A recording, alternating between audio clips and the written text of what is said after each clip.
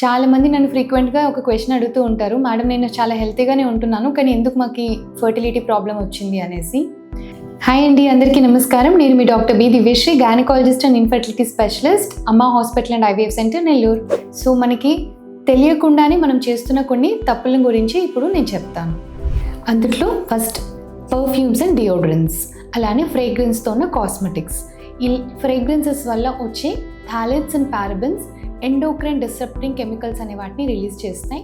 ఇవి తెలియకుండానే మన బాడీలో ఉన్న హార్మోన్స్ని ఇంబ్యాలెన్స్ చేయటము, ఎగ్ అండ్ స్పర్మ్ క్వాలిటీని తగ్గేయటం లాంటివి చేస్తూ ఉంటాయి. మనం చాలా దగ్గరలో అబ్జర్వ్ చేస్తే మీరు ఐవీఎఫ్ ల్యాబ్, ఎంబ్రియాలజీ ల్యాబ్ దగ్గర no deodorant or perfume allowed అని బోర్డు వేసుంటాం. ఎందుకని అంటే వీటిలో నుంచి వచ్చే వీవోసెస్ మనం బయటికి తీసిన ఎగ్ని, లోపల స్పర్మ్ని, ఎంబ్రియోస్ని ఎఫెక్ట్ చేసే అవకాశం చాలా ఎక్కువగా ఉంటుంది అనేసి. Second point, plastic usage.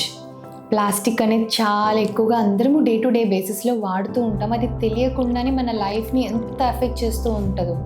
So ఈ ప్లాస్టిక్స్లో నుంచి వచ్చే మైక్రో ప్లాస్టిక్స్, మనం ప్యాక్డ్ ఫుడ్స్, వేడి ఫుడ్ని మనం ప్లాస్టిక్ బాక్సెస్లో ప్యాక్ చేయటం వల్ల రిలీజ్ అయ్యే మైక్రో ప్లాస్టిక్స్ ఖచ్చితంగా స్పర్మ్ లోపల ఉన్న డిఎన్ఏని డ్యామేజ్ చేస్తూ ఉంది, ఎగ్ క్వాలిటీని తగ్గించేస్తూ ఉంది.